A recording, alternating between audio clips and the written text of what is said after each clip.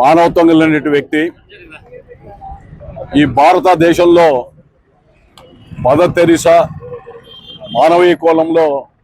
పేద ప్రజల కోసం ఏ విధంగా ఆరాటపడిందో ఆ ఆశయ సిద్ధిని పుణికిపుచ్చుకున్న వ్యక్తిగా అణగారిన అనావృష్టి జిల్లా అనేటువంటి అనంతపురం జిల్లా రాయలసీమలో విన్సెంట్ ఫెర్రర్ గారు కొన్ని దశాబ్దాల కిందటే ఈ ప్రాంతానికి వచ్చి ఈ దేశంలో అత్యంత వెనుకబడిన ప్రాంతం ఏదంటే రాయలసీమ ప్రాంతం, అందులో అనంతపురం జిల్లా అని చెప్పి ఆయన యొక్క పరిశోధనలో పసిగట్టి ఈ ప్రాంతానికి వచ్చినటువంటి తరుణంలో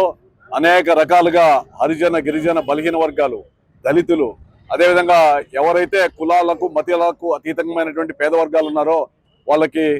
కూడు గూడు గుడ్డ ఇవ్వాలనేటువంటి కాన్సెప్ట్తో పాటు అదేవిధంగా విద్యాభ్యాసం కల్పించాలని రకరకాలుగా రైతులకు ఊరట కలిగించడానికి ఆ రోజు బావులు తవ్వించడానికి చెక్ డ్యాముల నిర్మాణం కానీ పలు రకాలుగా ఒక సామాజిక వేత్తగా విప్లవకారుడిగా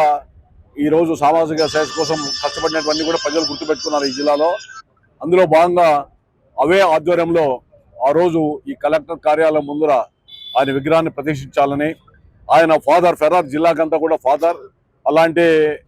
వ్యక్తి యొక్క ఆశయాలని విధానాలని అప్పుడప్పుడు ఆయన వర్ధంతి కానీ జయంతిలో కానీ ఈ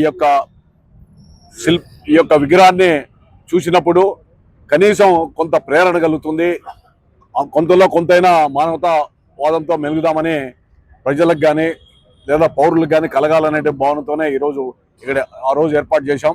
ఎన్ని అడ్డంకులు అవాంతరాలు ఎదురైనప్పుడు కూడా తిరిగి ఇక్కడే పునఃప్రతిష్ఠించడం, దీనిలో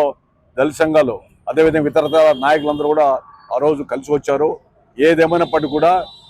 ఈ ఊరు కాదు, ఈ అనంతపురం ఉన్నంత వరకు, ఈ జిల్లా ఉన్నంత వరకు, ఈ రాయలసీమ ఉన్నంత వరకు కూడా ఫెర్రర్ గారిని మానవతావాదులు ఎవరూ మర్చిపోలేరు. మానవతావాదుల యొక్క ప్రతీక, మానవత్వం కోసం అన్నింతపరించేటువంటి విన్సెంట్ ఫెర్రర్ గారి యొక్క ఆశయ సిద్ధి కోసం అంకుతం కావాల్సిన అవసరం అందరి మీద ఉందని చెప్పి తెలియజేస్తూ ఈరోజు ఈ మానవతా విలువలు పెంపొందించే ప్రతి ఒక్కరు కూడా ఫెర్రర్ గారిని చరిత్ర చలనం చేసుకుంటూ స్ఫూర్తిదాయంగా తీసుకుంటూ ముందుకు తెలిసిన అవసరం ఉందని చెప్పి తెలియజేస్తున్నాం.